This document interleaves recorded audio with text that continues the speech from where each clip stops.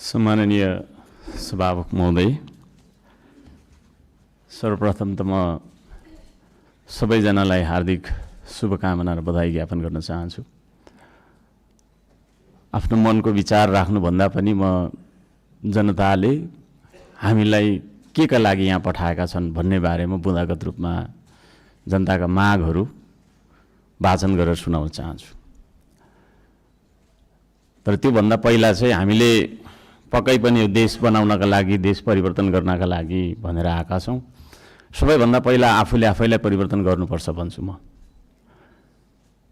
अघिल्लो शपथ ग्रहणको दिन पनि हामी 12 मिनेट 46 सेकेन्ड ढिलो थियौँ भने आज 16 मिनेट 55 सेकेन्ड हामी ढिलो भएका छौँ। जनताले हामीलाई यसरी ढिलो गर भनेर यहाँ पठाएको हो जस्तो मलाई लाग्दैन। त्यसो भएको कारणले प्रत्येक मिनेटको महत्त्व यो सदनले बुझोस्, सरकारले बुझोस्, हामी सबैले बुझौँ।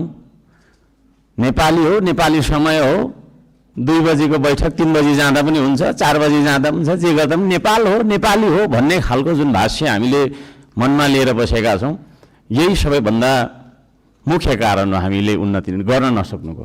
त्यसो भएको कारणले गर्दाखेरि सभामुख महोदय मार्फत म सम्पूर्ण सदन, सरकार सबैलाई ध्यानाकर्षण गराउन चाहन्छु। आउँदा दिनमा हामी बैठक सुरु हुनुभन्दा थोरैमा पनि 5 मिनट अगाडि उपस्थित हुनुपर्छ। म यो माग राख्न चाहन्छु। हामी विभेदको अन्त्य गर्छौँ भनेर यहाँ भनिरहेका छौँ। भर्खरै पनि पूर्ववक्ता माननीयज्यूहरूले थुप्रै कुराहरू राख्नुभयो, आफ्नो मनको कुराहरू। तर यहाँ यही सदनभित्र पनि विभेद भइरहेको छ। सत्ता पक्षले 30 मिनट बोल्दा पनि हुने, 40 मिनट बोल्दा पनि हुने, प्रतिपक्षले अलि सानोले होइन 3 मिनटमा सकिहाल्नुपर्ने, 2 मिनटमा सक्नुपर्ने। हामी पनि जनताले चुनेर पठाएका जनमत प्राप्त जनप्रतिनिधि हौँ।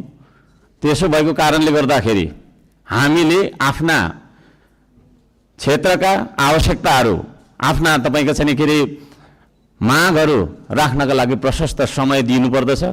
त्यो खालको सदन हामीले बनाएर हामीले त्यो खालको सदन अभ्यास गर्नुपर्दछ भन्ने माग राख्न चाहन्छु। म आफ्नो मनको कथा म यहाँ गाउन चाहन्न। अब मेरो आफ्नो मन्तव्य राख्नुभन्दा पनि सरकारले कसो गर्नुपर्ने हो त? हिजो इतिहासमा हामीले के गर्यौँ, कसले के गर्यो, कुन नेताले के गर्यो, कतिको तपाईँको हामीले सङ्घर्ष गऱ्यौँ, के गर्यौँ भनेर नआवश्यक छ जस्तो मलाई लाग्दैन। हामी के गरिरहेका छौँ आज र भोलि के गर्ने हो भन्नेतर्फ सरकारले आफ्नो नीति तथा कार्यक्रम बनाउँदाखेरि यस्ता कुराहरूलाई पनि समावेश गरोस् भनेर चाहिँ म यहाँ जनताको मागहरू, राष्ट्रिय स्वाधीनताको, हाम्रो सम्प्रभुताको, जनताले चाहेका कुराहरू के कस्ता छन् त भन्ने कुरा म बुँदागत रूपमा वाचन गर्न चाहन्छु। पृथ्वी रहउन्जेलसम्म यो देश रहिरहनुपर्छ, हाम्रो देशको चन्द्र सूर्य अङ्कित झन्डा रहिरहनुपर्छ। त्यो मान्यता हामी राख्दछौँ। श्रम संस्कृति पार्टीले त्यो मान्यता राख्दछ। त्यसो भएको कारणले गर्दाखेरि देशको स्वाधीनता, भू राजनैतिक सन्तुलन र असंलग्न परराष्ट्र नीतिलाई बचाइराख्न सैन्य रणनीति उद्देश्यका साथ सुरु गरिएको असमान राष्ट्रघाती व्यापारिक सन्धि सम्झौता एमसीसीलाई खारेज गर्नुपर्दछ भनेर म माग गर्न चाहन्छु। 2 नम्बरमा सीमावर्ती क्षेत्रमा छिमेकी मुलुकहरूले गरिरहेको गतिविधिलाई सक्रिय रूपमा नेपाल सरकारले निगरानी राख्नुपर्दछ र संयुक्त राष्ट्रसङ्घ लगायतका निकायहरूमा गएर हाम्रो देशका 4 किल्ला कति हो त हाम्रो भूगोल भन्ने सिमाना यकिन गरेर सिमानाको रक्षार्थ नेपाली सेनालाई खटाउनु पर्दछ भन्ने म माग राख्न चाहन्छु। नेपाली जनताले यो माग राखेको कुरा म जानकारी गराउन चाहन्छु। जनताले सोझै चुन्न पाउने प्रत्यक्ष कार्यकारीको चुनाव गर्नेतर्फ सरकारको नीति तथा कार्यक्रम अगाडि बढोस्।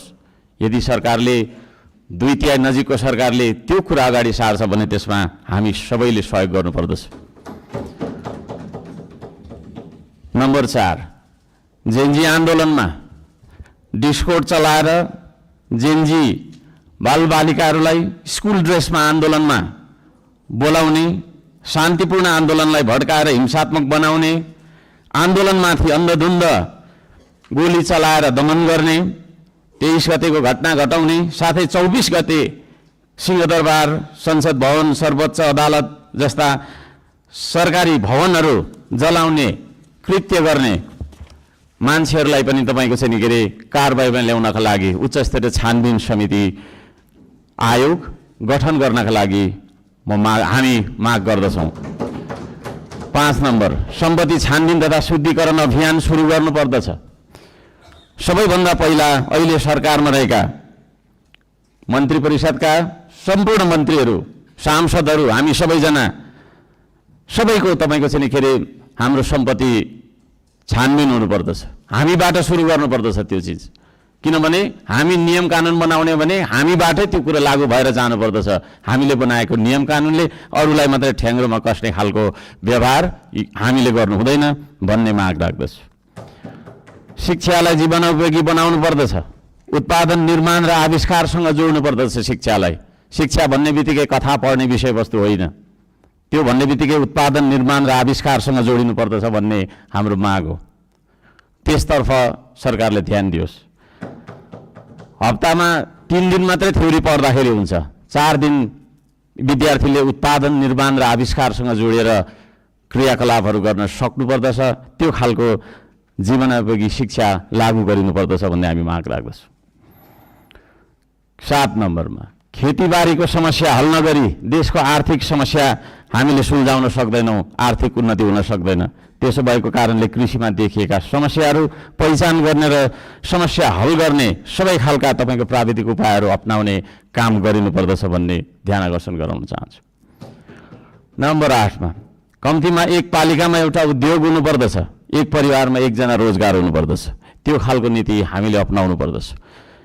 बन्द गरिएका उद्योगहरूलाई पुनः सञ्चालन गर्ने साथै नयाँ उद्योगहरूको स्थापना गर्ने नीति तथा कार्यक्रम सरकारले ल्याउनु पर्दछ भन्ने ध्यान आकर्षण गर्न चाहन्छु। 9 नम्बरमा, जनताको सेवा सुविधा, विकास र समृद्धिमा सार्वजनिक हितका लागि प्राकृतिक स्रोत साधन ढुङ्गा, गिटी, माटो, खोला, नाला, खानी, खनिज, वन जङ्गल जस्ता स्रोत साधनका सदुपयोग गर्न पाउने गरी सहज किसिमको चाहिँ नियम कानुन बनाउनु पर्दछ। कहीँ कतै हामी हुन्छ म सक्छु अब र यी सम्पूर्ण स्रोत साधनलाई परिचालन गरेर चाहिँ हाम्रो देशलाई समृद्ध बनाउनतर्फ हामीले ध्यान दिनुपर्दछ भनेर भन्न चाहन्छु। म यहाँ शुभकामना मात्रै दिनुभन्दा सरकारको नीति तथा कार्यक्रमको कुन दिशामा जानुपर्दछ भन्ने एउटा सल्लाह सुझाव र प्रस्ताव प्रस्तुत गर्न चाहन्छु। प्राकृतिक संरक्षण गर्नुपर्दछ, संस्कृतिको प्रवर्धन गर्ने र प्रवृत्तिको विकास गर्ने नीति सरकारले लियोस्। सुशासनका निम्ति भ्रष्टाचार तपाईँको चाहिँ अन्त्य गर्ने, निष्पक्ष, मितव्ययी, पारदर्शी, जवाफदेही, दूरदर्शी, परिपक्व र दीर्घकालीन कामहरू गर्नेतर्फ सरकार अगाडि बढ्नुपर्दछ। देशभरि शान्ति सुव्यवस्था कायम गर्नका लागि आवश्यक उपायहरू अपनाउन जरुरी छ। खाने पानी, स्वास्थ्य, शिक्षा, सडक, बिजुली बत्ती जस्ता आधारभूत आवश्यकताहरू परिपूर्ति गर्नतर्फ हाम्रो ध्यान जानुपर्दछ। राम्रोसँग अध्ययन नगरी हतार सरकारले ल्याएका कार्यक्रमहरू लागू गर्नु हुँदैन। कुनै निर्णय गर्नु अघि तपाईँको प्रतिपक्षी दलहरूसँग सल्लाह गरेर सबै पक्षको उचित सल्लाह लिएर चाहिँ सरकार अघि बढे। निर्णय गर्दै पछि हट्नुपर्ने नियतिबाट होइन, सरकार बच्न सक्दछ। अहिले भर्खरै वृद्ध भत्ता, विद्यार्थी सङ्गठन, ब्रिज कोर्स जस्ता सम्बन्धमा निर्णयहरू जुन गरिएको छ यसलाई पुनर्विचार गरियोस् भन्न म चाहन्छु। वृद्ध भत्ताको समयको मापदण्डलाई जुन फेरबदल गर्ने भन्ने कुराहरू आएको छ कार्यसूचीमा, त्यस्ता कुराहरूमा सरकारले ध्यान दिएर मात्रै अगाडि बढ्दाखेरि राम्रो हुन्छ भन्ने माग राख्दछु। सुकुम्बासी भन्दै नागरिकको बासको अधिकारलाई खोज्दै डोजर चलाउने, राज्य आतङ्क फैलाउने चलनको अन्त्य गरियोस्। म त्यो भन्न चाहन्छु। जनताको घर टहरा भत्काउनु हुँदैन। विस्थापन होइन, व्यवस्थापनको नीति सरकारले लागू गरेर अगाडि बढ्दाखेरि सबैले राम्रो हुनेछ। दशकौँदेखि बस्दै आएका भूमिहीन सुकुम्बासीहरूको स्वामित्व दिने गरी लाल पूर्जाको व्यवस्था गरोस् भनेर पनि म भन्न चाहन्छु। किसान मजदुर सुकुम्बासीका समस्या पहिचान गरी समाधानको पहल गर्ने, धनीको मात्रै होइन गरिबको पनि हो यो देश भन्ने खालको आभास हामीलाई हुनुपर्दछ र जनतालाई पनि त्यो आभास भएको हुनुपर्दछ। त्यसतर्फ सरकारले काम गरोस् भन्ने म अनुरोध गर्न चाहन्छु। उपत्यका बाहिर पनि नेपाल छ भन्ने कुरा हामीले व्यवहारबाट जनाउनुपर्छ। यो काठमाडौँ उपत्यका मात्रै नेपाल हो भन्ने किसिमले सबै विकास चाहिँ यहाँभित्र मात्रै थोपार्ने किसिमको चाहिँ विकास हुनु हुँदैन भनेर म ध्यान आकर्षण गर्न चाहन्छु। सबै खाले विभेदको अन्त्य गरिनुपर्दछ। भूपू गोर्खा सैनिकहरूको समान पेन्सनका लागि नेपाल सरकारले आवश्यक सबै खालका पहलहरू गरोस्। नेपाल सरकारले गरेको सन्धि मार्फत चाहिँ नि गएका भूपू गोर्खाहरूलाई नागरिकता कायम राखेर चाहिँ नि उहाँहरूलाई एउटा नागरिकको दर्जामा राख्ने नियम त्यो खालको चाहिँ नीति हामीले अवलम्बन गर्नुपर्दछ भनेर ध्यान आकर्षण गराउन चाहन्छु। समयको पाबन्दीले गर्दाखेरि मैले यी कुराहरू सबै कुरा वाचन गर्न चाहिनँ। माननीय सभामुख महोदयले 2-3 चोटि भनिसक्नु भएको छ र यो म पत्र सम्माननीय सभामुख महोदय मार्फत टेबल गर्न चाहन्छु र यस सल्लाह सुझाव अन्तर्गत सरकारले आफ्ना विचारहरू आफ्ना नीति तथा योजनाहरू अगाडि बढाओस् भन्ने म माग राख्न चाहन्छु। धन्यवाद।